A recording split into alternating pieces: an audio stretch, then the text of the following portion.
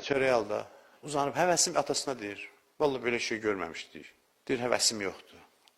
O vaxt da vardı, axot yoxdur deyirlər, amma ata-anasına demirdilər. Dostlar bir-birinə deyirdilər. İndi belədir, vəziyyət belədir.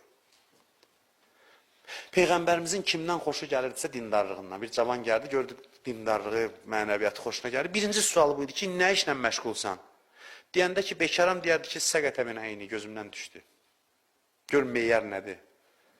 Gözümdən düşdü. Deyirlər, niyə ya Rasulallah bu? Deyir, bir dindar, bir işlə məşğul olmasa, dinini qazanca çevriləcək. Dinini qazanc mənbəyi olacaq. Bir söz neyinəcək, mən möminəm, mənə iş düzə. O var ya, adam möminliyin hər yerdə qabardır. Ondan nəsə istəyir, ondan nəsə qopartsın bundan. Sən möminliyi qabartma, sən dinini cəmatın gözünə soxma.